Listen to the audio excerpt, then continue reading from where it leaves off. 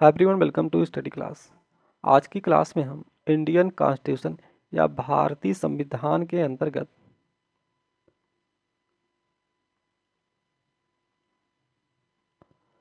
Part 1 जिसमें उल्लेख किया गया संघ और उसका क्षेत्र, तो the union and it's territory.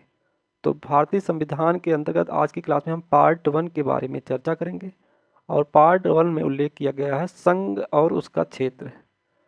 और पार्ट 1 से संबंधित जो प्रमुख आर्टिकल हैं, जो आर्टिकल संबंधित है वह आर्टिकल 1 से लेकर 4 तक पार्ट 1 में मेंशन किया गया। तो पार्ट 1 में कुल मिला के 4 आर्टिकल हैं, 1 से लेकर 4 तक। तो आज की क्लास में हम जो प्रमुख आर्टिकल हैं उनके बारे में चर्चा करेंगे और देखेंगे इसके अंतर्गत क्या क्या प्रावधान किया गया है।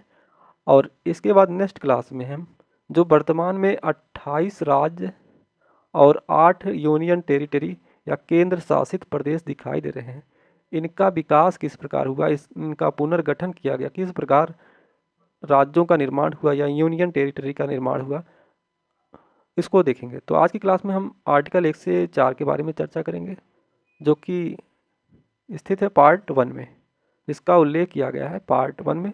और इसके बाद हम राज्यों का पुनर्गठन या राज्यों का विकास किस प्रकार हुआ, स्टेट और यूनियन टेरिटरी का विकास किस प्रकार हुआ, हम अगले नेक्स्ट क्लास में देखेंगे। तो सबसे पहले हम आर्टिकल 1 से लेकर 4 के बारे में चर्चा करेंगे। आर्टिकल की बात की जाए, जो पहला आर्टिकल है, पहला आर्टिकल क्या कहता है कि name and territory of the union. तो पहले आर्टिकल में क्या कहा गया है कि संघ का नाम दिया गया है और उसका क्षेत्र। तो संघ का नाम और उसका क्षेत्र दिया गया है आर्टिकल 1 में। और आर्टिकल 1 में 3 क्लाज हैं। पहला क्लाज क्या कहता है कि इंडिया अर्थात भारत राज्यों का संघ होगा। तो यहाँ पर जो भारत के लिए इंडिया और हिंदी में भारत शब्द प्रयोग किया गया है। तो इंग्लिश वर्ड इंडिया होगा और हिंदी वर्ड भारत होगा। तो इस भारत का नाम इंडिया अर्थात भारत क्या है, राज्यों का संघ है। यदि संघ की बात की जाए, इसका इंग्लिश वर्ड देखा जाए, तो संघ के लिए इंग्लिश में कहा गया है ए यूनियन ऑफ स्टेट। यहाँ पर संघ के लिए यूनियन शब्द का प्रयोग किया गया है। तो भारतीय संविधान में या इंडियन कॉन्स्टिट्यूशन में संघ के लिए यूनियन शब्द का प्रयोग किया गया है। जबकि हम अमेरिका के संविधान में देखते हैं तो जो संघ के लिए जो प्रयोग किया गया है इंग्लिश वर्ड, वहाँ पर फेडरेशन शब्द का प्रयोग किया गया है। तो अमेरिकी संविधान में फेडरेशन शब्द का प्रयोग किया गया है, जबकि भारतीय संविधान में यूनियन शब्द का प्रयोग किया गया। अब दोनों में अंतर क्या है, फेडरेशन या यूनियन में अंतर क्या है, इसको थोड़ा हम समझ लें। तो फेडरेशन का जो बेहतर एग्जाम्पल है वह है अमेरिका का संविधान। अमेरिकी संविधान में कहा गया है फेडरेशन शब्द, जबकि भारत में यूनियन शब्द का प्रयोग किया गया है। पहले हम फेडरेशन को समझ लें। फेडरेशन में क्या होता है कि यहाँ पर अमेरिकी संविधान या अमेरिका के क्षेत्र में देखा जाए तो पहले राज्य या स्टेट का कॉन्सेप्ट पहले आया। तो पहले स्वतंत्र स्टेट हुआ करते थे अमेरिकी संविधान में। अमेरिकी संविधान में स्वतंत्र स्टेट हुआ करते थे। इनका क्या था, खुद का संविधान हुआ करता था या खुद का संविधान है। इनका अलग अलग झंडा हुआ करता था। तो इनका अलग अलग राज्यों का अलग अलग संविधान हुआ करता था। बाद में इन्होंने एक एग्रीमेंट किया या समझौता किया और समझौते के तहत एक संघ का निर्माण करते हैं, एक संघ का निर्माण करते हैं। तो यहाँ पर फेडरेशन में जो स्टेट या स्टेट शब्द पहले आया, स्टेट का कॉन्सेप्ट पहले आया, राज्य पहले था, और राज्यों ने एक समझौते के तहत एक संघ का निर्माण किया और कुछ संघ को शक्तियाँ दी। जैसे यदि फॉरेन पॉलिसी हो या कोई एक्सटर्नल मामला हो और या कम्युनिकेशन से संबंधित जो भी मामला हो, वह संयुक्त रूप से यानी संघ चलाएगा, तो संघ के नियंत्रण में होगा। तो यहाँ राज्यों ने मिलकर क्या किया, संघ का निर्माण किया और कुछ शक्तियां संघ को दे दी गई, और जिसमें है कि फॉरेन पॉलिसी, कोई एक्सटर्नल बाह्य मामला हो या कम्युनिकेशन से संबंधित जो भी मामला होगा वह संघ के अंडर में रहेगा, और बाकी जो भी पावर होगा वह किसके पास होगा? स्टेट के पास। तो यहाँ पर स्टेट क्या है या राज्य अधिक मजबूत है। तो यहाँ पर फेडरेशन या सॉरी संघ का कॉन्सेप्ट, फेडरेशन का कॉन्सेप्ट बाद में आया, पहले स्टेट उपस्थित था। और यहाँ पर स्टेट क्या है? अधिक शक्तिशाली है। लेकिन भारतीय संविधान में क्या किया गया? भारत के क्षेत्र में जो भारत में यूनियन शब्द का प्रयोग किया गया है, यहाँ पर क्या है कि सभी क्षेत्र को मिलाकर एक संघ का निर्माण किया गया। संघ पहले आया और संघ के द्वारा कई स्टेट का निर्माण किया गया, कई राज्यों का निर्माण किया गया, और इनको कुछ शक्तियां प्रदान की गई।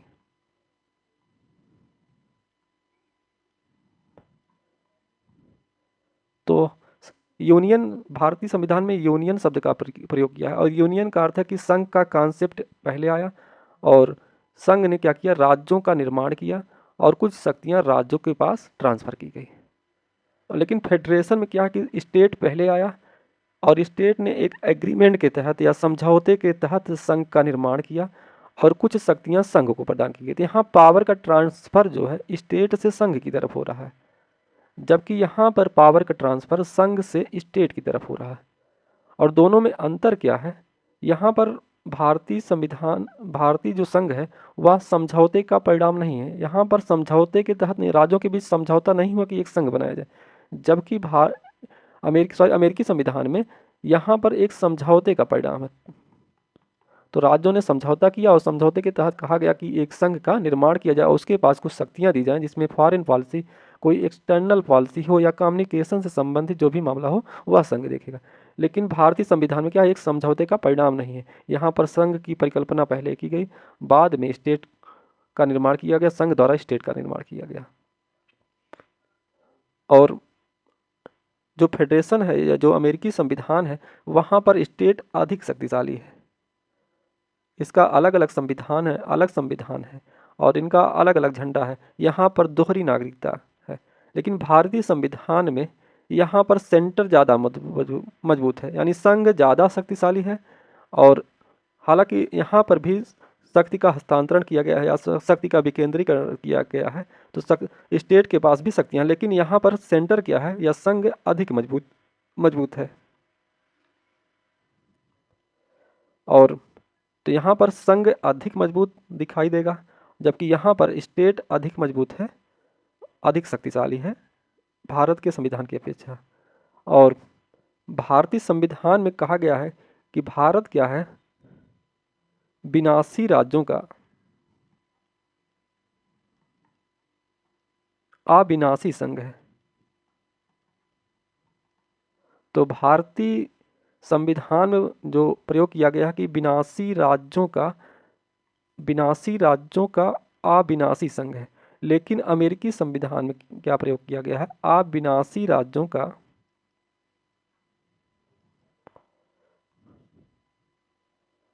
अविनाशी संघ है। तो भारत में विनाशी राज्यों का, जबकि अमेरिकी संविधान में अविनाशी राज्य है।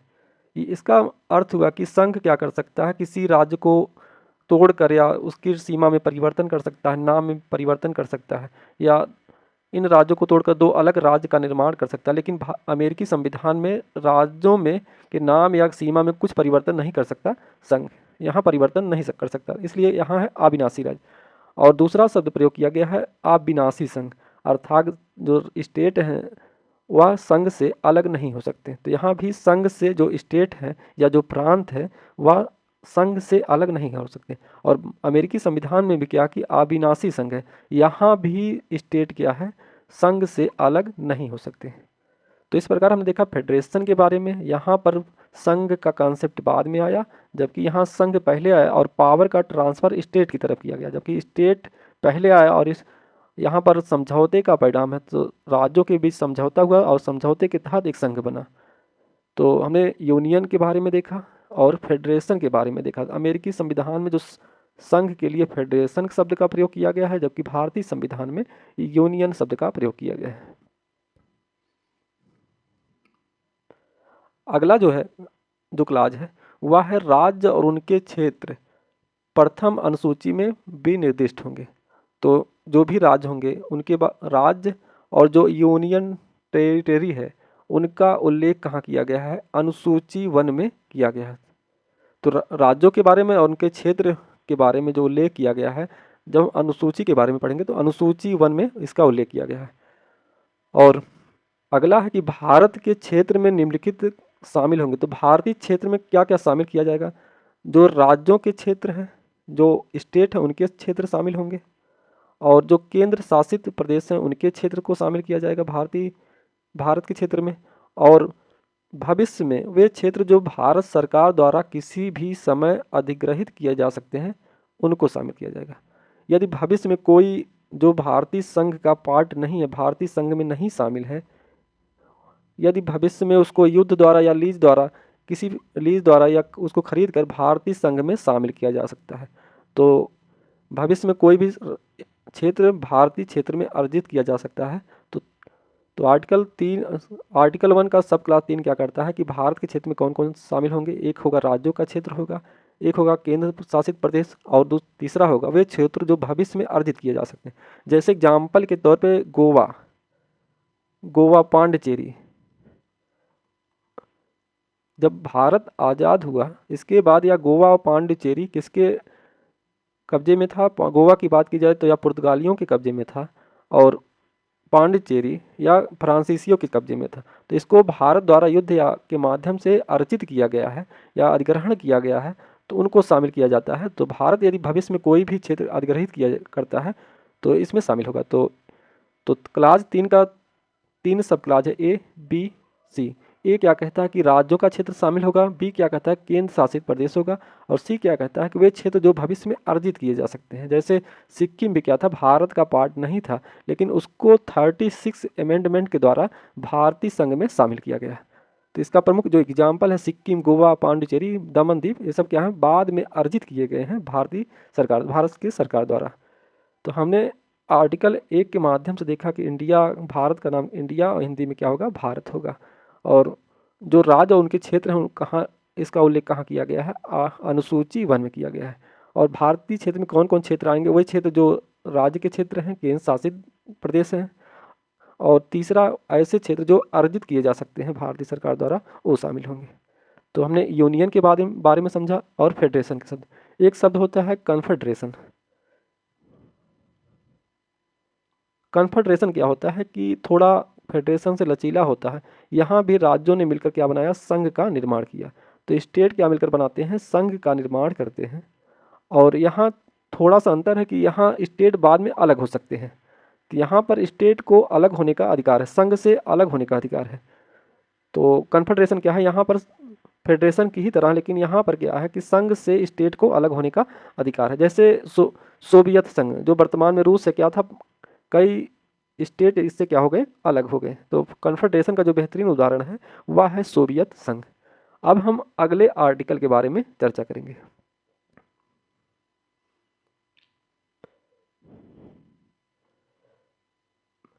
आर्टिकल 2 क्या कहता है, admission or establishment of new state, अर्थात नए राज्यों का प्रवेश या स्थापना।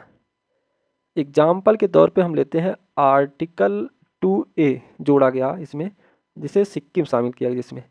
तो आर्टिकल 2 क्या कहता है कि यदि कोई क्षेत्र जो भारत के संघ में नहीं शामिल है, वर्तमान में भारत के संघ में नहीं शामिल है,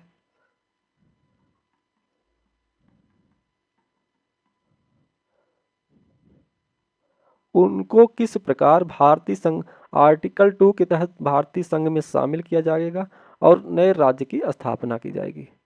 तो आर्टिकल 2 क्या कहता है कि जो वर्तमान में जो 28 स्टेट हैं, इनके अलावा यदि कोई क्षेत्र भारतीय क्षेत्र में शामिल किया जा रहा है, उनके बारे में किस प्रकार किया जाएगा, उसकी प्रक्रिया क्या होगी, आर्टिकल 2 में मेंशन किया गया है।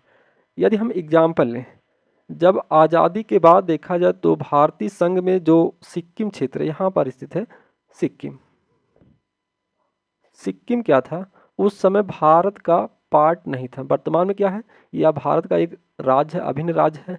उस समय भारत का पार्ट नहीं था, अलग स्वतंत्र स्टेट था, अलग स्वतंत्र राज्य था। लेकिन बाद में इन्होंने क्या की, इच्छा जाहिर की भारतीय संघ में शामिल होने के लिए, और पहली बार 35वां संविधान संशोधन किया गया, और 35वें संविधान संशोधन के माध्यम से सिक्किम को सहयोगी राज्य के रूप में दर्जा दिया गया। अगला संशोधन होता है 36वां संविधान, 36वां संविधान संशोधन, और इसके माध्यम से सिक्किम को पूर्ण राज्य का दर्जा दिया जाता है।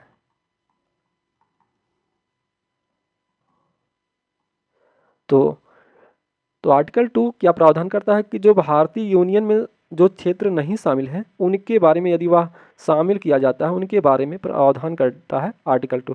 तो आर्टिकल 35वें संविधान संशोधन के माध्यम से, जो कि 1974 में हुआ, के माध्यम से सिक्किम को सहयोगी राज्य का दर्जा दिया गया पहले, और उसमें आर्टिकल 2A जोड़ा गया। इसके बाद 36वां संविधान संशोधन हुआ, जिसे में सिक्किम को पूर्ण राज्य का दर्जा दिया गया और आर्टिकल 2 को हटा दिया गया। तो उस समय भारत का 22वां राज्य बना सिक्किम। यदि मान लिया जाए कोई क्षेत्र ए है जो कि भारत का पार्ट नहीं है, भारत का पार्ट नहीं है, उसको यदि भारत में शामिल किया जाना है, तो वह प्रावधान कहाँ किया गया है, यानी भारत में प्रवेश और उसकी स्थापना के बारे में जो उल्लेख किया गया है वह है आर्टिकल 2 में। तो आर्टिकल 2 क्या में मेंशन किया गया कि नए राज्यों का प्रवेश एवं स्थापना। अगला आर्टिकल क्या है, आर्टिकल 3 के बारे में। आर्टिकल 3 क्या कहता है कि नए राज्यों का गठन और मौजूदा राज्यों के क्षेत्र सीमाओं या नामों में परिवर्तन। तो आर्टिकल 3 क्या कहता है कि जो पार्लियामेंट है या संसद है, पार्लियामेंट या संसद क्या कर सकती है, हमने आर्टिकल 2 में देखा जो कि संघ का पार्ट नहीं है, वर्तमान में जो संघ का पार्ट नहीं है या जो बाहर क्षेत्र, संघ के बाहर का क्षेत्र, उसके बारे में आर्टिकल 2 में मेंशन किया गया। लेकिन यहाँ पर जो भी प्रावधान किया गया है आर्टिकल 3 में, वह भारतीय संघ में जो वर्तमान के भारतीय यूनियन या संघ में शामिल हैं उनके बारे में प्रावधान करता है। तो जो वर्तमान में संघ का पार्ट है या जो संघ में जो स्टेट या यूनियन टेरिटरी शामिल है उनके बारे में आर्टिकल 3 प्रावधान करता है। तो यहाँ पर आर्टिकल 3 क्या करता है कि पार्लियामेंट अर्थात संसद को अधिकार देता है कि संसद क्या कर सकती है, किसी भी राज्य का क्षेत्रफल बढ़ा सकती है।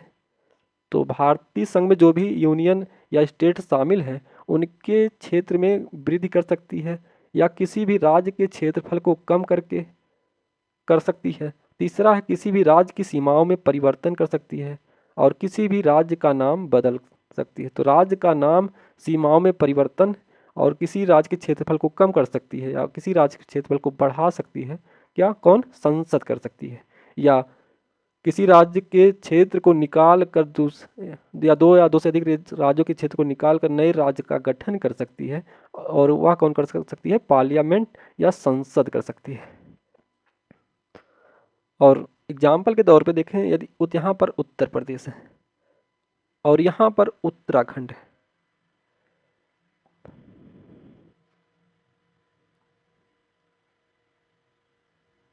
यहाँ पर क्या था कि जो उत्तर प्रदेश है उसका पार्ट क्या था, उत्तराखंड पहले उत्तर प्रदेश में शामिल था,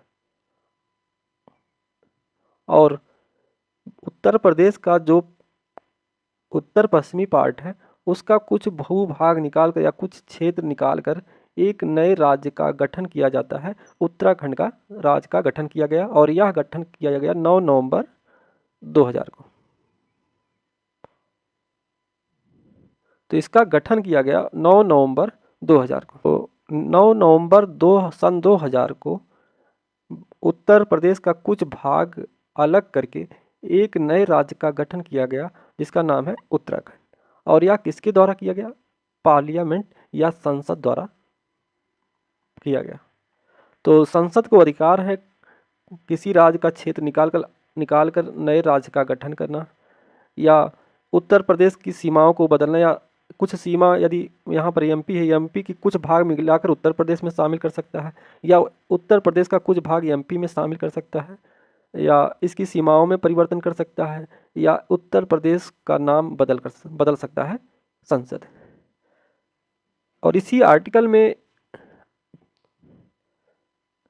5वां संविधान संशोधन के माध्यम से कुछ बातें जोड़ी गई। तो 5th जो अमेंडमेंट किया गया, संविधान संशोधन किया गया, उसके माध्यम से कुछ बातें इसमें मेंशन की गई या कुछ जोड़ी गई। तो 5वें संविधान के माध्यम से, संविधान संशोधन के माध्यम से कुछ बातें इसमें जोड़ी गई। तो इसमें क्या बातें जोड़ी गई? पहला जोड़ा गया कि यदि किसी क्षेत्र के नाम में परिवर्तन या किसी राज्य के नाम में परिवर्तन किया जा रहा है, या सीमा को बढ़ाया जा रहा है, या बाउंड्री में परिवर्तन किया जा रहा है, या राज्य का नाम बदला जा रहा है, तो राष्ट्रपति की पूर्व संस्तुति या पूर्व सहमति आवश्यक है। तो राष्ट्रपति के लिए राष्ट्रपति से अनुमति दी जाएगी।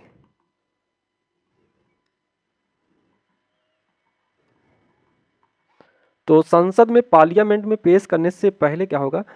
राष्ट्रपति से अनुमति ली जाएगी। और दूसरा कहा गया इस अमेंडमेंट के तहत, 5th अमेंडमेंट जो किया गया, इसके माध्यम से कहा गया कि जो भी इससे संबंधित जो भी विधेयक होगा वह राष्ट्रपति के से पहले, पार्लियामेंट में प्रस्तुत करने से पहले राष्ट्रपति की संस्तुति या रिकमेंडेशन आवश्यक है। और दूसरा प्रावधान इसके अंदर क्या किया गया? दूसरा कहा गया कि राष्ट्रपति क्या करेगा? जो प्रभावित राज्य है, राष्ट्रपति प्रभावित राज्य के पास विचार के लिए भेजेगा। तो यदि मान लिया जाए उत्तर प्रदेश की सीमा में परिवर्तन किया जा रहा है, तो पहला क्या होगा कि पार्लियामेंट में या विधेयक पेश करने से पहले राष्ट्रपति की अनुमति आवश्यक है। और दूसरा है कि राष्ट्रपति क्या करेगा कि जो प्रभावित राज्य है उसके पास विचार के लिए भेजेगा, तो उस विधानमंडल में विचार के लिए भेजेगा। तो यदि उत्तर प्रदेश में परिवर्तन किया जा रहा है तो राष्ट्रपति क्या करेगा? उत्तर प्रदेश के विधानमंडल में इसको भेजेगा विचार के लिए। और राष्ट्रपति को यह अधिकार है कि यदि समय सीमा निर्धारित कर दे। समय सीमा निर्धारित करने का अधिकार किसके पास है?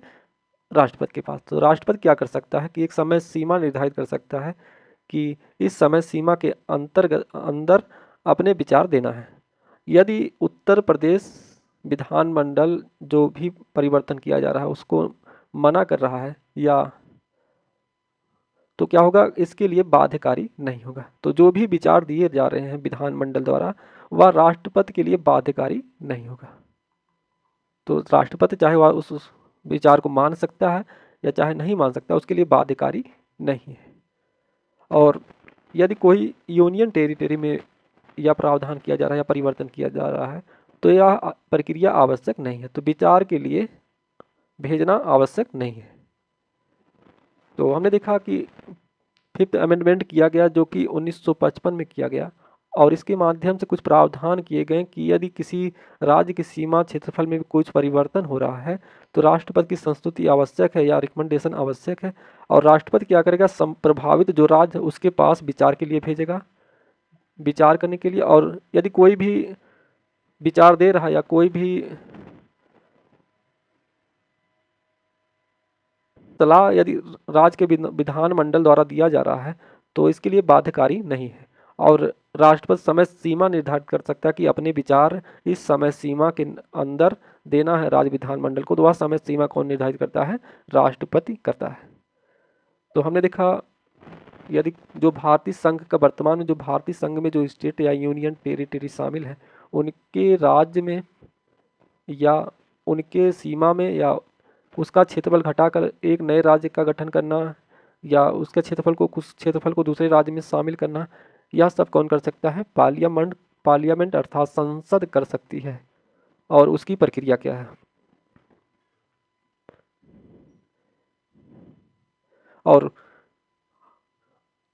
और यह जो पार्लियामेंट में जो पारित होगा वह किस सिंपल मेजोरिटी या साधारण बहुमत के द्वारा पारित होगा। तो सीमा में जो आर्टिकल 2 में, आर्टिकल में 3 में जो भी परिवर्तन जिसके माध्यम से किए जा रहे हैं वह होगा साधारण बहुमत या सिंपल मेजोरिटी के माध्यम से पारित किया जाएगा। तो आर्टिकल 4 क्या कहता है? Article 4 amendment of the first and the fourth schedule, पहली और चौथी अनुसूची में जो संशोधन किया जा रहा है उसके बारे में क्या कहता है? यदि किसी राज्य के नाम में सीमा में परिवर्तन हो रहा तो जो शेड्यूल फर्स्ट है और जो शेड्यूल फोर्थ है, पहला क्या करता है कि राज्यों के बारे में या उनके नाम के बारे में बताता है। शेड्यूल फोर्थ क्या कहता है कि जो राज्यसभा में राज्यों का प्रतिनिधि कितना होगा इनके बारे में। तो यदि किसी सीमा में नाम कुछ भी परिवर्तन किया जा रहा है, नए राज्य का गठन किया जा रहा है, तो संशोधन करना पड़ता है। जो भारतीय संविधान की शेड्यूल 1 है और शेड्यूल 4 में संशोधन करना पड़ता है। तो नए राज्य का यदि निर्माण किया जा रहा है, नए यूनियन टेरिटरी बनाई जा रही है, तो शेड्यूल 1 और शेड्यूल 4 में संशोधन किया जाता है। तो आर्टिकल 4 उसी के बारे में बताता है कि जो फर्स्ट और फोर्थ शेड्यूल में जो परिवर्तन किए जा रहे हैं तो अनुच्छेद 2 और 3 को अनुच्छेद 368 के तहत संविधान में संशोधन के रूप में नहीं माना जाएगा। तो जो भी परिवर्तन या संशोधन किए जा रहे हैं शेड्यूल 1 और शेड्यूल 4 में, वह आर्टिकल 2 और 3 के तहत वह क्या है कि 368 के माध्यम से जो संशोधन किया जा रहा है उसके अंतर्गत नहीं आएंगे। तो 368 के माध्यम से जो प्रक्रिया है यह प्रक्रिया इसके अंतर्गत नहीं आएगी। तो अनुच्छेद 2 और 3 को अनुच्छेद 368 के तहत संविधान में संशोधन के रूप में नहीं माना जाएगा। तो जो हमने देखा जो शेड्यूल फर्स्ट है, शेड्यूल 4 में जो संशोधन किया जा रहा है वह आर्टिकल 368 के तहत नहीं माना जाएगा। उन्हें सामान्य विधायी प्रक्रिया के माध्यम से केवल एक साधारण बहुमत की आवश्यकता होगी। तो हमने देखा कि किसी राज्य में परिवर्तन, नए राज्य का प्रवेश एवं स्थापना कौन कर सकता है? पार्लियामेंट कर सकती है या संसद कर सकती है। और संसद में यदि विधेयक पेश किया जाता है तो प्रेसिडेंट की संस्तुति या रिकमेंडेशन आवश्यक है।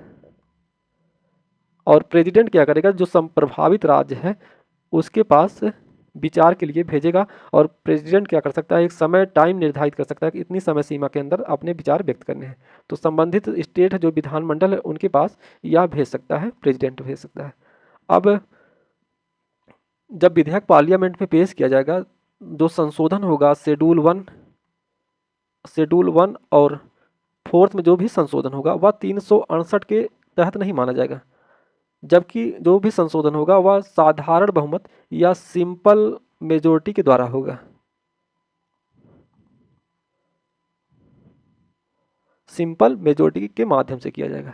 तो आर्टिकल 4 क्या बताता है? जो भी संशोधन किया जाएगा वह आर्टिकल 368 के तहत जो संविधान संशोधन की प्रक्रिया है उसके अंदर में नहीं रहेगा, वह साधारण बहुमत के द्वारा या परिवर्तन किया जा सकता है। जो भी परिवर्तन किया जा रहा है आर्टिकल 2 और 3 के माध्यम से। एक केस है बेरूबारी यूनियन केस 1960 के बारे में थोड़ा हम जान लें। बेरूबारी की बात की जाए तो क्या है? एक बेरूबारी यहाँ पर स्थित है, एक जगह है बेरूबारी जगह, और उस समय क्या था? यहाँ पर पश्चिमी पाकिस्तान था और यह पूर्वी पाकिस्तान या ईस्टर्न पाकिस्तान हुआ करता था। जो वर्तमान में बांग्लादेश है यहाँ पर पूर्वी पाकिस्तान था और यह वेस्टर्न पाकिस्तान है, पश्चिमी पाकिस्तान था। और बेरूबारी एक जगह है जो कि पार्ट था, वेस्ट बंगाल का पार्ट था, पश्चिम बंगाल का पार्ट था, जो कि भारत में स्थित था। तो बेरूबारी जगह पश्चिम बंगाल भारत में स्थित था उस समय। लेकिन भारत और पाकिस्तान के मध्य एक समझौते के अंतर्गत, इंडिया और पाकिस्तान के मध्य समझौता हुआ कि भारत का कुछ क्षेत्र पाकिस्तान में शामिल किया जाएगा और पाकिस्तान का कुछ क्षेत्र भारत में शामिल किया जाना था। तो एक समझौते के तहत जो कि 1956 के आसपास हुआ, समझौते के तहत कुछ भाग इंडिया का पाकिस्तान में शामिल किया जाना था और पाकिस्तान का कुछ पार्ट इंडिया में शामिल किया जाना था। तो क्षेत्रों का आदान प्रदान हो रहा था और भारत का जो क्षेत्र पूर्वी पाकिस्तान में शामिल किया जाना था उसमें एक जगह थी बेरूबारी जगह, जो कि उस समय पश्चिम बंगाल में का क्षेत्र था, भारत का क्षेत्र था। तो बेरूबारी जगह को दिया जाना था पाकिस्तान में और को लेकर काफ़ी विरोध हुआ भारत में कि कैसे कोई भी क्षेत्र, भारत का कोई भी क्षेत्र किसी देश को इस प्रकार कैसे दिया जा सकता है। और तब उस समय क्या हुआ कि राष्ट्रपति या प्रेसिडेंट द्वारा आर्टिकल 143 के तहत जो न्यायपालिका है या सुप्रीम कोर्ट से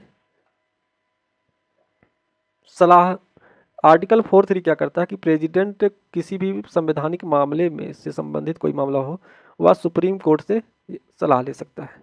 तो प्रेसिडेंट द्वारा सुप्रीम कोर्ट से सलाह लिया गया कि यदि भारत का कोई क्षेत्र किसी अन्य क्षेत्र या अन्य देश को दिया जाना है तो क्या वह आर्टिकल 2 या 3 में जो प्रक्रिया है उसके ही माध्यम से दिया जाएगा। तो आर्टिकल 2 और 3 में जो प्रक्रिया अपनाई गई है इसी प्रक्रिया का या सिंपल मेजोरिटी के माध्यम से कोई भी क्षेत्र भारत का दूसरे देश में दे दिया जाएगा, या कोई कार्यपालिकाई निर्णय के द्वारा कोई भी क्षेत्र दूसरे क्षेत्र में भारत का कोई भी क्षेत्र दूसरे राष्ट्र में शामिल किया जा सकता है। तब इस पर सुप्रीम कोर्ट ने सलाह दिया यदि कोई भी भारत का कोई भी पार्ट यदि दूसरे देश में दिया जाएगा तो दूसरे देश को हस्तांतरित किया जा रहा है तो उसकी जो प्रक्रिया अपनाई जाएगी आर्टिकल 368 के तहत जो प्रावधान किए गए हैं उसके माध्यम से संशोधन करके प्रक्रिया अपनाई जाएगी।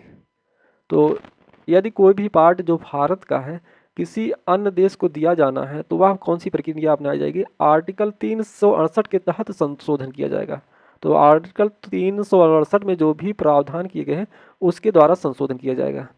तो इसके द्वारा कहा गया कि आर्टिकल 368 का प्रयोग करके जो संघ से उस क्षेत्र को बाहर निकाला जाएगा, अलग किया जाएगा, तो उस क्षेत्र को अलग किया जाएगा संघ से।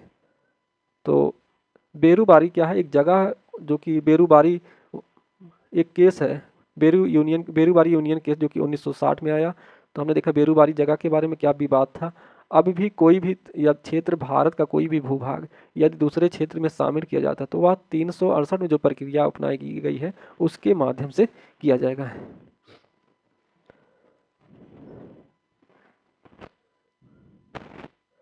और 1967 में क्या कहा गया, जैसे संसद क्या कर सकती है, किसी राज्य में सीमा में परिवर्तन, नाम में परिवर्तन या अलग राज्य का निर्माण कर सकती है।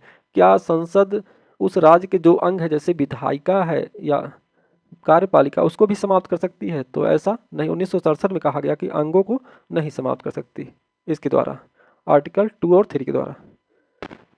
1969 में कहा गया जो अंतर्राष्ट्रीय सीमाएं उनका निपटारा किसके 1969 में संसद कर सकती है।